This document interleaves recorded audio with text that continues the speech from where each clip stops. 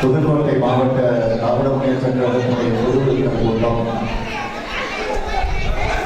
மிகுந்த நிகழ்ச்சியோடு தேர்தலோடு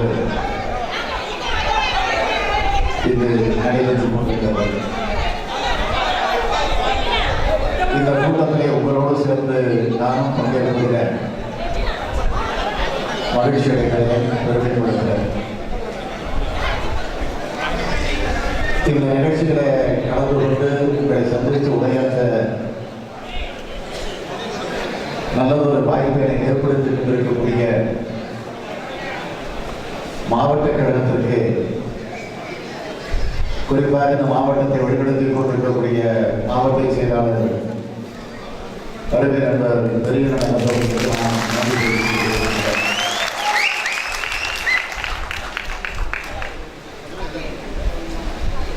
இந்த கூட்டம் எதற்காக கூட்டப்பட்டிருக்கிறது என்று சொன்னால், அதற்குரிய விளக்கத்தை நான் கூற வேண்டிய அவசியத்தில் கட்டாயத்தில் நின்று கொண்டிருக்கிறேன். இன்று காலையில் புதுக்கோட்டை மாவட்டத்துடைய ஆய்வுக் கூட்டம் கிளைக்கழகத்திலிருந்து தொடங்கி மாவட்ட கழக பதவியில குறிப்பிட்ட ஒரு சிலரை தேர்ந்தெடுத்து அவர்களை எல்லாம் ஒரு அரங்கத்திற்குள்ளே வரவழைத்து காலை சரியாக ஒரு 9 மணி அளவிலே தொடங்கி இந்த மேடைக்கு நான் வருகிற வரையில அந்த நிகழ்ச்சியை நடத்தி முடித்துவிட்டு இந்த பொது உறுப்பினர் கூட்டத்திற்கு நாங்கள் வந்து சேர்ந்திருக்கிறோம். இந்த பொது உறுப்பினர் கூட்டத்தில் வந்திருக்கக்கூடிய உங்களுக்கு ஒரு ஏக்கம் இருக்கிறது. ஒரு ஏக்கம் என்று சொல்வதை விட கொஞ்சம் கோபம் உங்களுக்கு இருக்கிறது. என்ன அந்த ஏக்கம், என்ன அந்த கோபம் என்று கேட்டால், எங்களை எல்லாம் ஆய்வுக் கூட்டத்திற்கு அழைத்திடவில்லை, குறிப்பிட்ட சிலரை மாத்திரம் அழைத்து அதை நடத்தி முடித்திருக்கிறீர்கள், இது நியாயமா என்று நீங்கள் கேட்பது, நீங்கள் எண்ணிக்கொண்டிருப்பது நான் உணராமல் இல்லை. அதற்கு காரணம், உங்களை எல்லாம் அழைக்காமல் இருந்ததற்கு காரணம், இந்த மேடையில் இருக்கக்கூடிய மாவட்ட செயலாளரோ, ஒன்றிய கழக செயலாளரோ, கழக முன்னோடிகளோ யாரும் காரணம் அல்ல. எனவே நீங்கள் அவர்களிடத்தில் கோபித்துக் கொள்ள வேண்டிய அவசியம் கட்டாயம் கிடையாது. என் மீதுதான் உங்களுக்கு கோபம் வரணும், என் மீதுதான் உங்களுக்கு வருத்தம் வரணும். நீங்கள் கோபித்துக் கொள்ள வேண்டும், வருத்தப்பட வேண்டாம். அப்பொழுதுதான் உங்களுடைய பாச உணர்வு வெற்றியான அழுத்தமாக.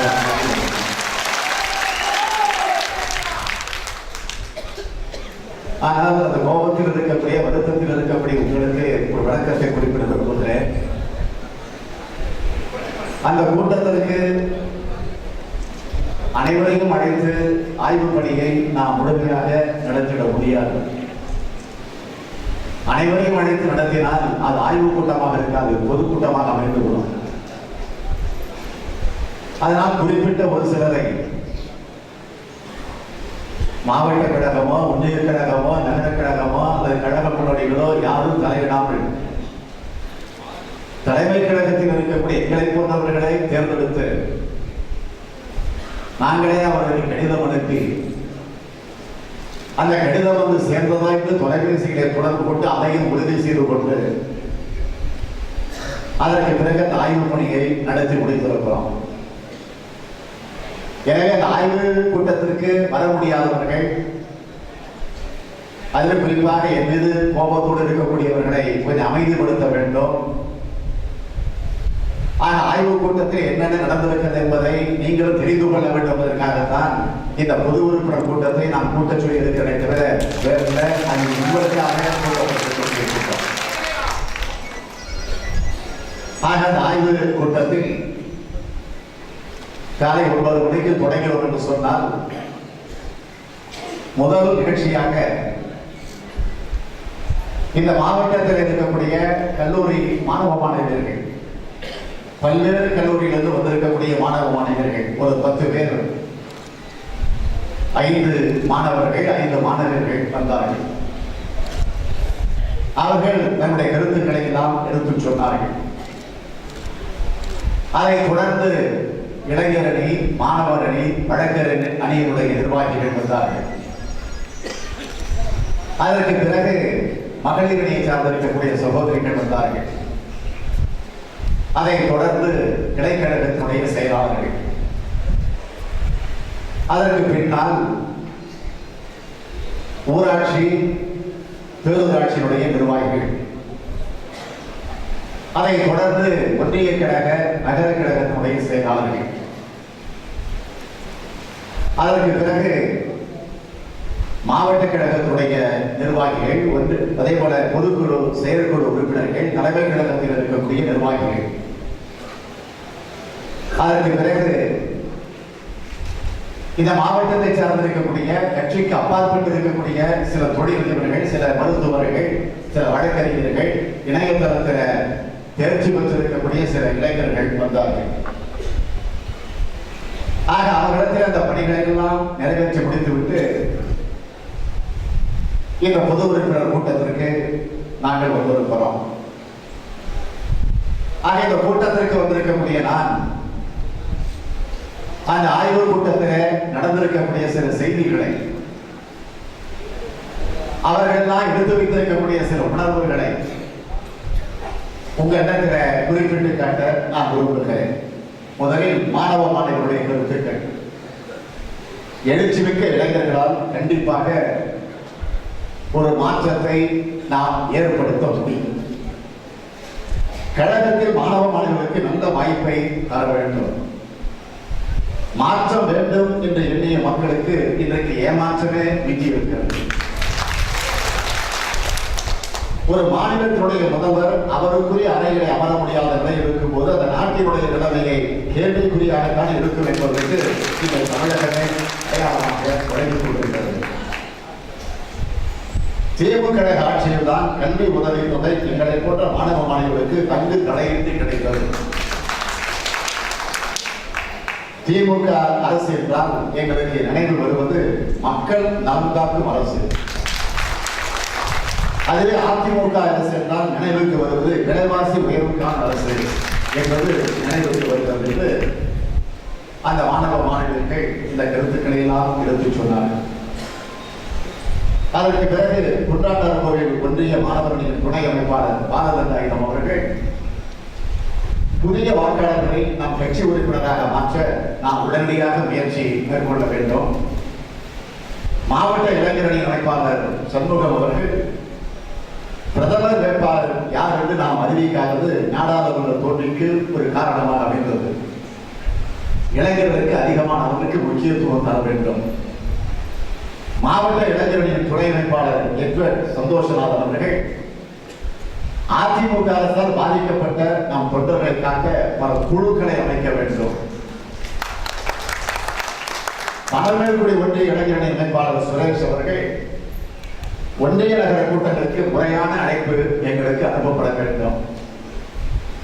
புதுக்கோட்டை நகர இளைஞரணி அமைப்பாளர் கார்த்திக் அவர்கள் அனைவருக்கும் வாய்ப்பு கிடைக்கும் வகையில் பொறுப்புகளை உருவாக்க வேண்டும். இந்த கரவழியை பார்க்கிற போது ஒரு நல்ல கருத்து.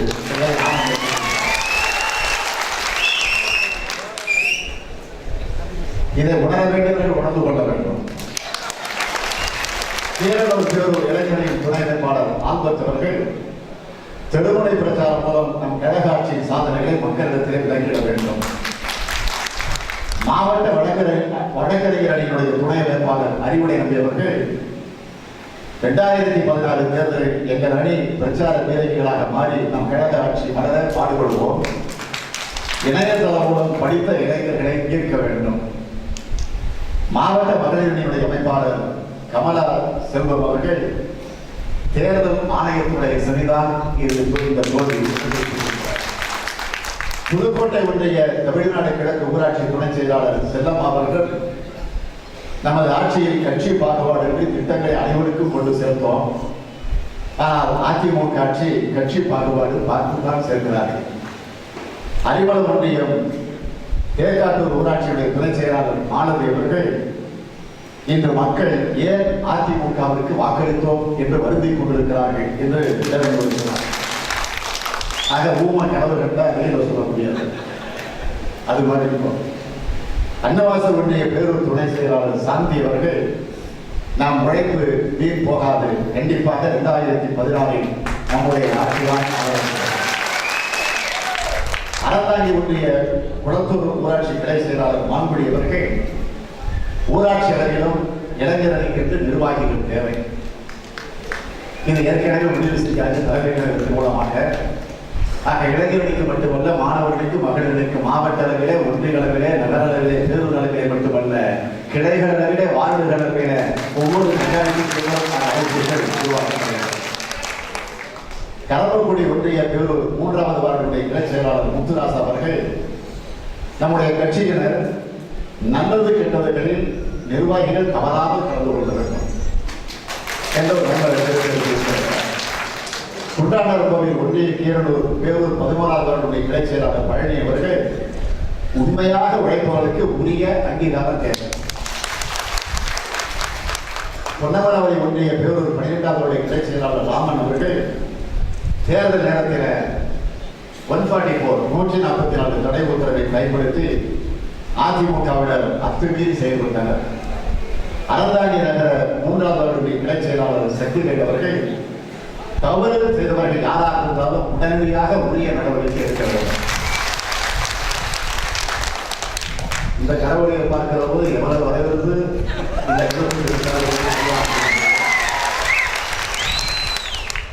அறந்தாங்கி நகர 20வது கிளையினுடைய செயலாளர் வெடிவேல் அவர்கள் பொறுப்புகளை பகிர்ந்தளிக்க வேண்டும். தகவல் தொழில்நுட்ப பயன்பாடு அவசியம். புதுக்கோட்டை நகர 40வது வார்டு கிளை செயலாளர் ரங்கசாமி அவர்கள் உறுப்பினருக்காக முறையாக வழங்கப்பட வேண்டும். எதுவும் கேட்கிறார், எனக்கு அந்த வசதி பண்ணி கொடு, இந்த சொத்துக்களை பிரிச்சு கொடு என்று கேட்கிறார். அந்த தொண்டன் கேட்பது உறுப்பினர்கள் உறுப்பினர்கள். ஆக அந்த உறுப்பினர்களையே இவ்வளவு ஆர்வத்தோடு கேட்கிறார் என்று சொன்னால், இவ்வளவு தோல்விக்கு பிறகு இந்த கழகம் கம்பீரமாக ஆவுடையார் கோவில் ஒன்றிய திருப்பெருந்துறை ஊராட்சியுடைய ஒன்றிய பிரதிநிதி மாணிக்கம் அவர்கள் கிராமங்கள் தோறும் நம் கழகத்தில் நிறுவன கொடியை உடனடியாக ஏற்க வேண்டும். அன்னவாசல் ஒன்றிய பேரூர் செயலாளர் அக்பர் அலி அவர்கள் கிளைக்கழக செயலாளர்களை மேலமைப்பை சேர்ந்தவர்கள் அவ்வப்போது ஊக்குவிக்க வேண்டும். நம் தோல்விக்கு பணம் ஒரு பொருளே கிடையாது. கருப்பு சிறப்பு வேஷ்டை கட்டியவர்கள் நம் சொந்தங்கள் என்று மக்கள் எண்ணுகிற வகையில் நாம் உழைத்தாக வேண்டும்.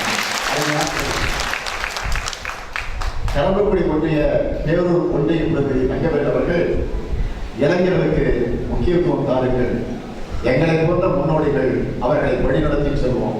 ஒரு புதியவர் ஏறக்குறைய ஒரு 30-40 ஆண்டு காலமாக இந்த இயக்கத்தை உழைத்துக் கொண்டிருக்கக்கூடிய அந்த கழகத்தினுடைய முன்னோடி சொல்வது என்ன என்று கேட்டால், எங்களை போன்ற முன்னோடிகள் இளைஞர்களுக்கு வழிவிட காத்திருக்கிறோம், இளைஞர்களுக்கு முக்கியத்துவம் தாருங்கள். இன்னும் நிரம்ப உண்டு, அதையெல்லாம் இங்கே சொல்ல முடியாது. உங்களிடத்தை சொல்ல எனக்கு ஆசை தான். ஆனால் நீங்க மட்டும் இல்லை, பத்திரிகைக்காரங்க உட்கார்ந்து. ஆனால் அதுக்கு சிண்டு முடிச்சு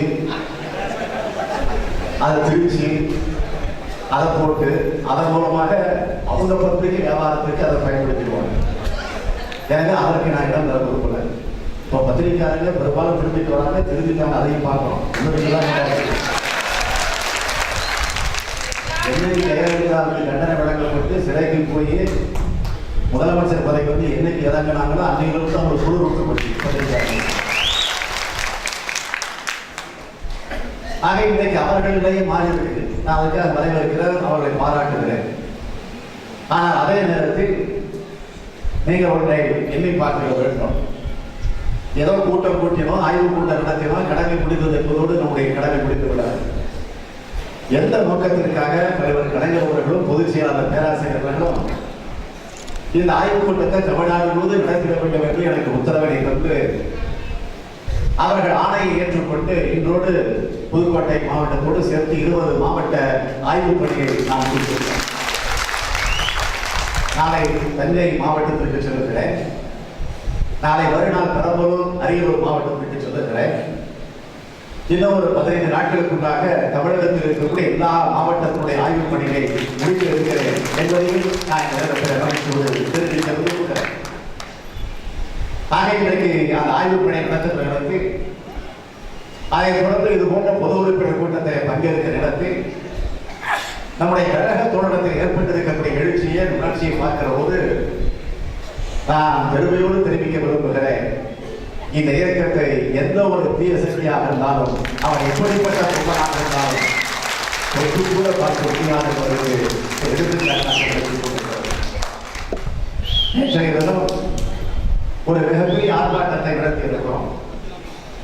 தலைவர் கலைஞர் அவர்கள் 5 நாட்களுக்கு முன்னால் ஒரு ஆணையிட்டார், ஒரு அறிக்கையை வெளியிட்டார்.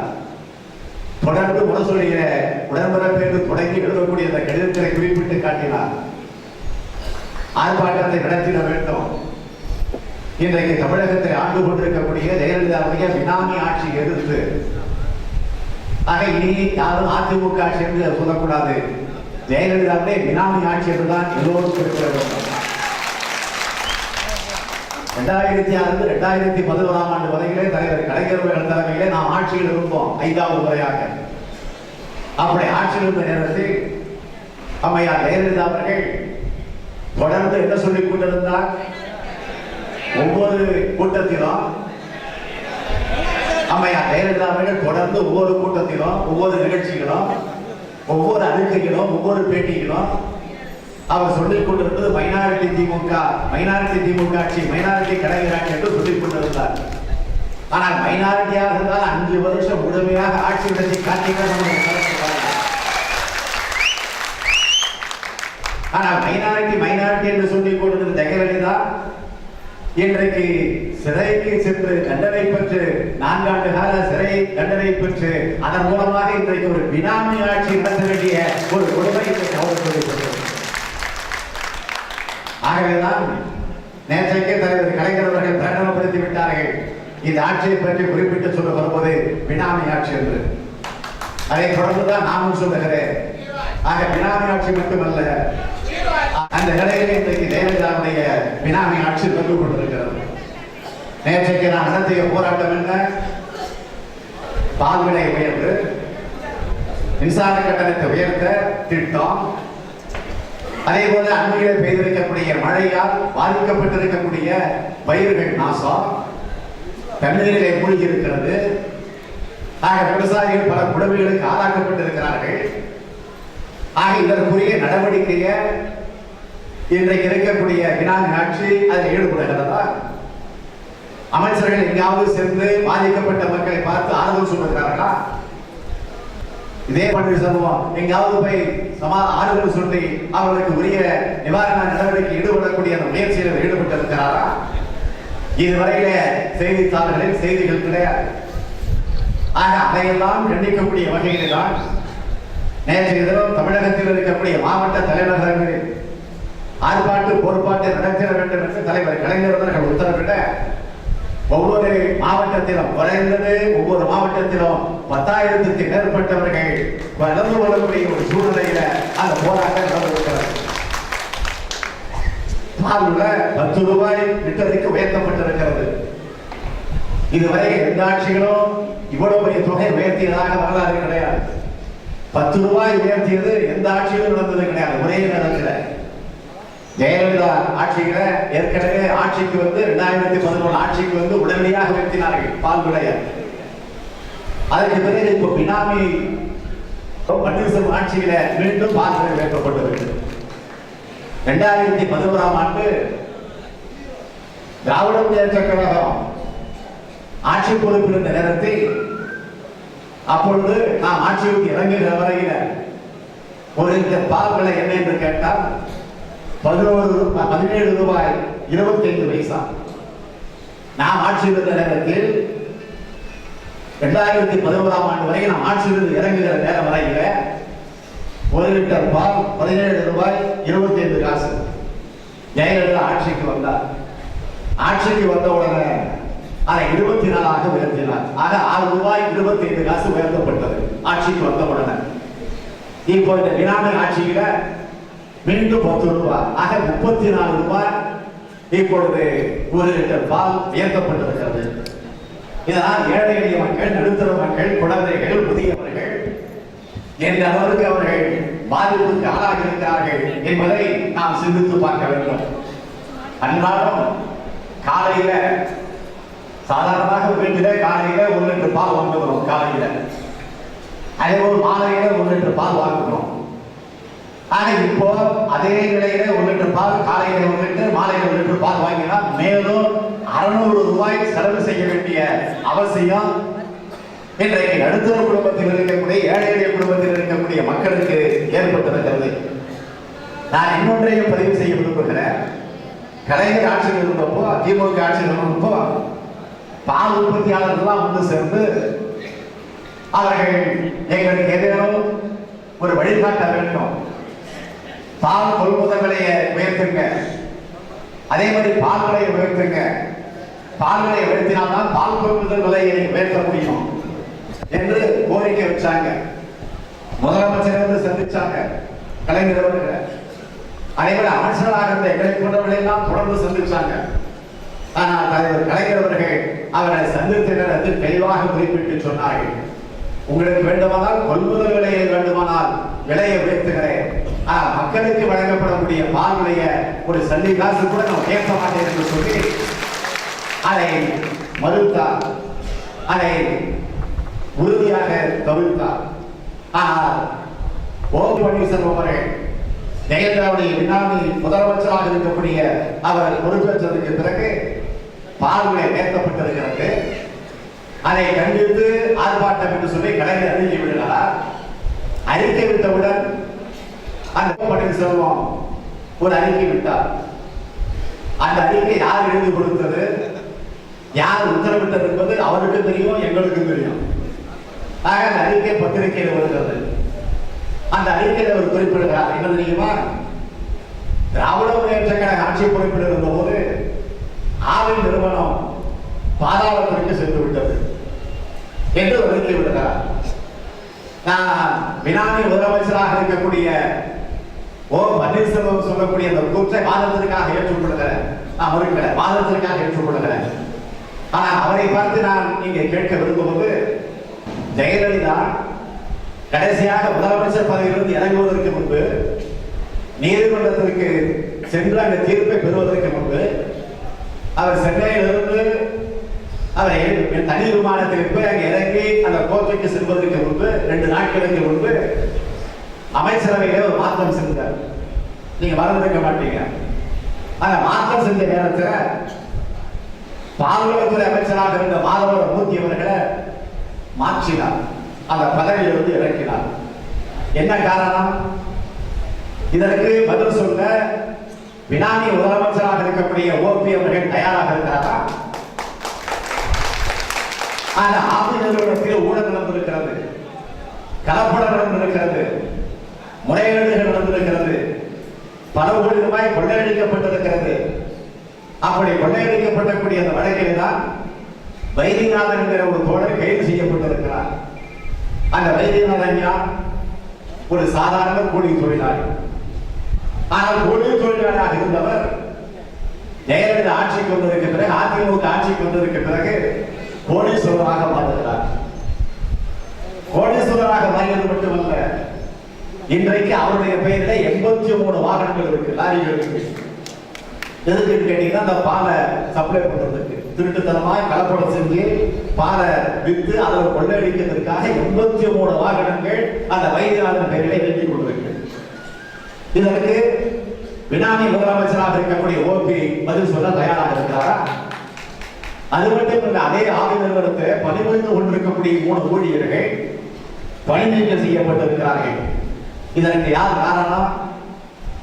ஆவின் பால் நிறுவனத்தை பயன்படுத்தி கோடி கோடியாக கொள்ளையடிச்சிருக்கக்கூடிய ஆட்சிதான் இன்றைக்கு தமிழ்நாட்டில ஜெயலலிதாவுடைய பினாமி ஆட்சியாக இருக்கக்கூடிய அதிமுக ஆட்சி நடந்து கொண்டிருக்கிறது என்பதை நீங்கள் உணர்ந்து வேண்டும்.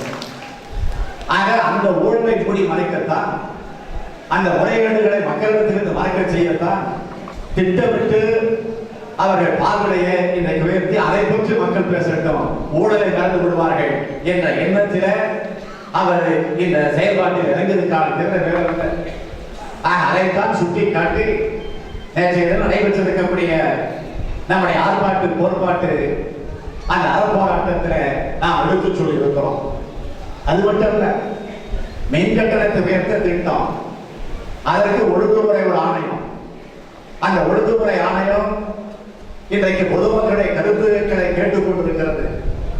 கருத்துக்கள் திறந்து மக்கள் கடுமையாக எதிர்ப்பை தெரிவித்துக் கொண்டிருக்கிறார்கள். அவைகளும் செய்தித்தாள்களில் அந்த செய்திகள் தொடர்ந்து வந்து கொண்டிருக்கிறது. ஜெயலலிதா ஆட்சிக்கு வந்தவுடனே ஆட்சிக்கு வருவதற்கும் என்று சொன்னார், நான் ஆட்சிக்கு வந்தால் மின் கட்டணத்தை குறைப்பேன். கட்டணத்தை குறைப்பேன் என்பது மட்டுமல்ல, மின்சார பற்றாக்குறை இல்லாத மாநிலமாக தமிழ்நாட்டை மாற்றுவேன் சொன்னார். ஆட்சிக்கு வந்து 3 வருஷம் ஆச்சு. நீ இப்ப 2 மாசமா முதலமைச்சராக இல்லை. ஆனால் உன்னுடைய வினாமி ஓப்பி இருக்கிறார். ஆனால் இன்றைக்கு என்ன நிலை? மின்சார கட்டணம் குறைக்கப்பட்டிருக்கா? மின்சாரம் இல்லாத மாநிலமாக மாற்றுவேன் என்ற ஒரு சூழலை உருவாக்கி இருக்கிறீங்களா? அதுவும் கிடையாது.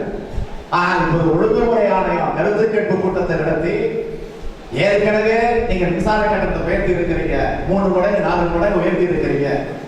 அதை தொடர்ந்து மேலும் உயர்த்துவதற்கான முயற்சிகளை இன்றைக்கு ஈடுபட்டு இருக்கிறீங்கன்னு கேட்டீங்கன்னா ஒன்றை நீங்க மறந்து விடக்கூடாது. இதே ஒழுங்குமுறை ஆணையம் ஒரு யூனிட் மின்சாரத்தை 13 ரூபாய்க்கு கொடுத்து விலையில வாங்கி கொண்டிருக்கிறீர்கள். அது தேவையில்லை. ஏற்கனவே திமுக ஆட்சியிலே கலைஞர் முதலமைச்சராக இருந்தபோது மின் திட்டங்களை, மின்சார உற்பத்திக்கான பல திட்டங்களை ஏற்படுத்தி தந்திருக்கிறார்.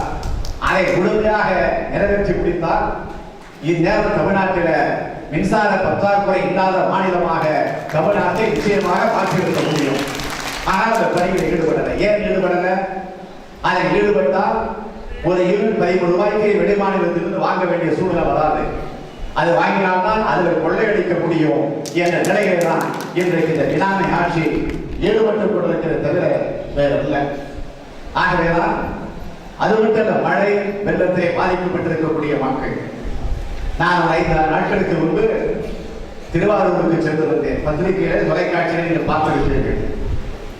அங்கு ஆய்வு கூட்டம் நடத்த சென்று வந்தேன்.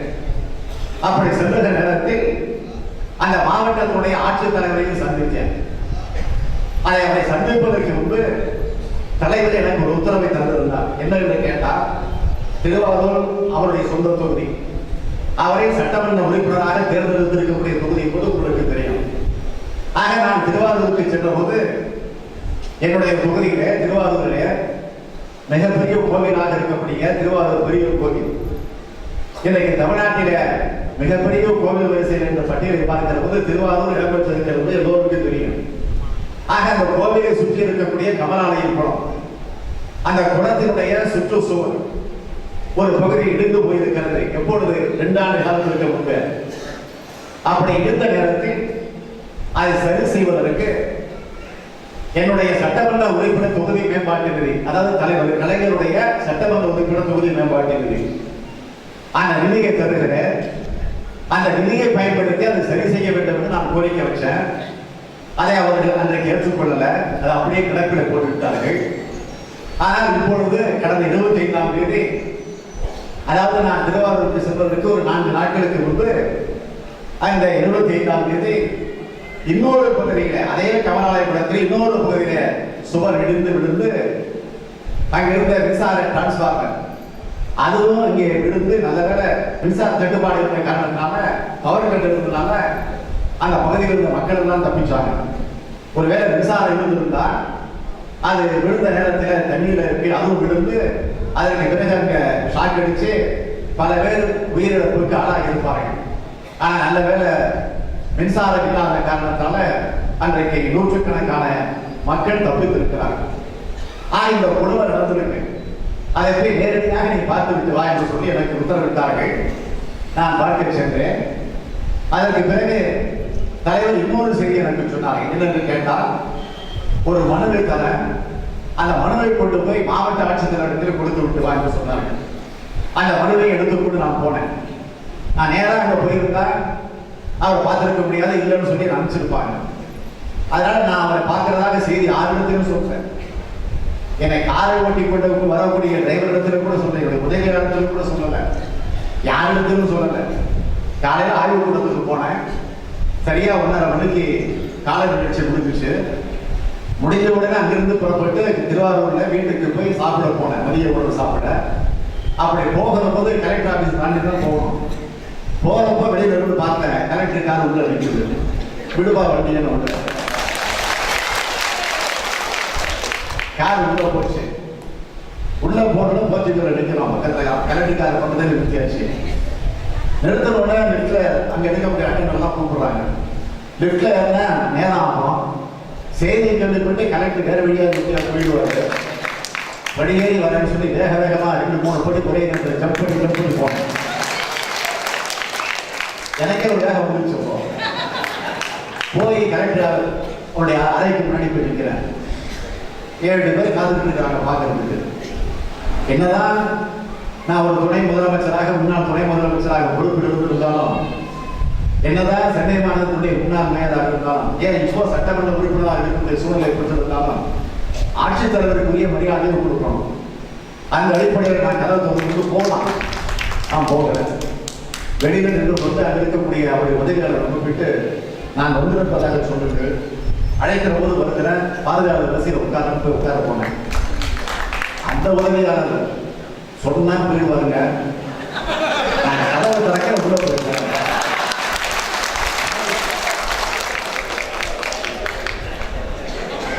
நான் தயங்கினேன்.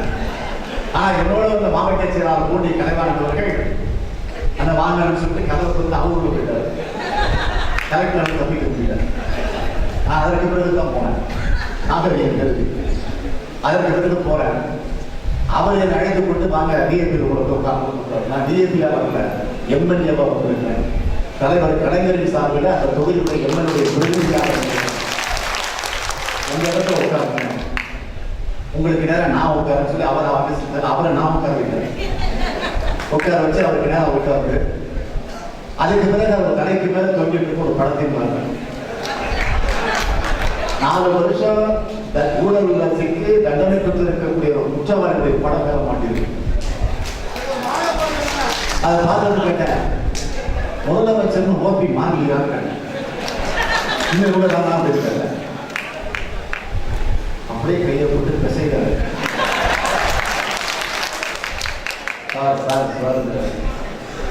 நடுவு சங்கடத்துக்கு நான் உருவாக்கல. அது எனக்கு முக்கிய பிரச்சனை இல்லை. நான் வந்த பிரச்சனை தான் எனக்கு முக்கியம். இந்த மனுவை பிடிக்கிட்டு கையில் கொண்டு கொடுத்தேன். மனுவை வாங்கி கொண்டு நான் உடனடியாக செய்கிறேன், கவனிக்கிறேன். நீங்கள் வாங்கிட்டீங்க, இதை பெற்றுக்கொண்டேன்னு ஒரு அக்னாலஜ்மெண்ட் கொடுங்க. அவர் பக்கத்தில் அந்த உதவியாளர் இருக்கிறார். அவர் என்ன சொன்னார், நான் போய் உடனே ரெடி பண்ணி கொண்டு வரேன். அவரோட போயிட்டாரு. கரெக்ட் பயப்பாரு. சீல் தான் போன கையெழுத்து, சீல் தான் போன சீல் போட்டு கொடுக்குறாரு. கையெழுத்து போட்டா இருக்காரு. உள்ள போன உதவியாளர் சீலை போட்டு எடுத்துட்டு வராரு.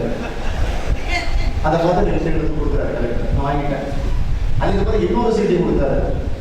பெற்றுக்கொண்டே எழுதி கலெக்டர் பேரை போட்டு கலெக்டர் கையில் போகணும், நிமிஷம் போடணும் கொடுத்தாரு. ஆனால் சீல் போட்டு கொடுத்தாச்சு கலெக்டர். இல்லை பரவாயில்ல கொடுங்கன்னு அவர் சொல்றாரு. உடனே அந்த வழி இல்லாமல் சீட் சைன் போட்டு கொடுத்தாரு. வாங்கிட்டு வந்துட்டேன். இதெல்லாம் நடந்த காரணத்தினால 3 அதிகாரிகள் அந்த மாவட்ட ஆட்சித்தலைவர் அலுவலகத்திற்கு 3 அரசு ஊழியர்கள் மாற்றப்பட்டிருக்காங்க.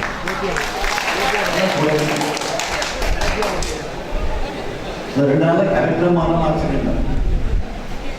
ஏன்னா கலெக்டர் உட்கார பேசியிருக்காங்க. அதனால அவரே மாறலாம் ஆச்சரியம். அதை பற்றி நான் சொல்லப்படல. நம்ம என்ன சொந்த பிரச்சனைக்கு அப்புறம் மக்களுடைய பிரச்சனை, பொது பிரச்சனை. கமலாலயம் கோவிலுடைய அந்த சுற்றுச்சுவர் இடிந்திருக்கு. சட்டமன்ற உறுப்பினராக இருக்கக்கூடிய தலைவர் கலைஞர் அவர்கள் எடுத்து வைத்திருக்கக்கூடிய கோரிக்கை அடிப்படையில் போனதை தவிர வேறு இல்லை. ஆக அந்த நிலையிலே தான் இன்றைக்கு இந்த ஆட்சி நடந்து கொண்டிருக்கிறது. இதை நான் உங்களிடத்தை எடுத்துச் சொல்வதற்கு என்ன காரணம் கேட்டீங்கன்னா, இப்படி எந்த பணிகளும் நடைபெற முடியாத நிலையில அதனால்தான் தலைவர் கலைஞர் அவர்கள் நடப்பது ஆட்சியா, அது அம்மையார் ஆட்சியா, அது ஓபி ஆட்சியா, அது பினாமி ஆட்சியா, அல்லது காட்டு நிர்வாகம் நடத்தக்கூடிய ஒரு காட்டாட்சியா இன்றைக்கு தமிழ்நாட்டில் நடந்து கொண்டிருக்கிறது. வேதனையோடு இருக்கிறது. கண்டன ஆர்ப்பாட்டத்தில் பங்கேற்று உரையாற்றுவது குறிப்பிட்டு காட்டியிருக்கிறார்கள். எனவே இந்த ஆட்சிக்கு சரியான பாடத்தை புகட்டுவதற்கு நமக்கு ஒரு நல்ல வாய்ப்பு வரப்போகிறது. அப்படி வரப்போகிற வாய்ப்பை நாம் பயன்படுத்திக் கொண்டு நாம் அனைவரும் ஒற்றுமை உணர்வோடு உறுதித்த கருத்தோடு ஒன்றுபட்டு நம்முடைய பதிவை நிறைவேற்ற தலைவர் கலைஞர்கள் கடந்த 2014 தமிழக ஆட்சியை கைப்பற்ற உறுதி இருப்போம், சகோதரர்களுக்கும் உடைபெறுகிறேன்.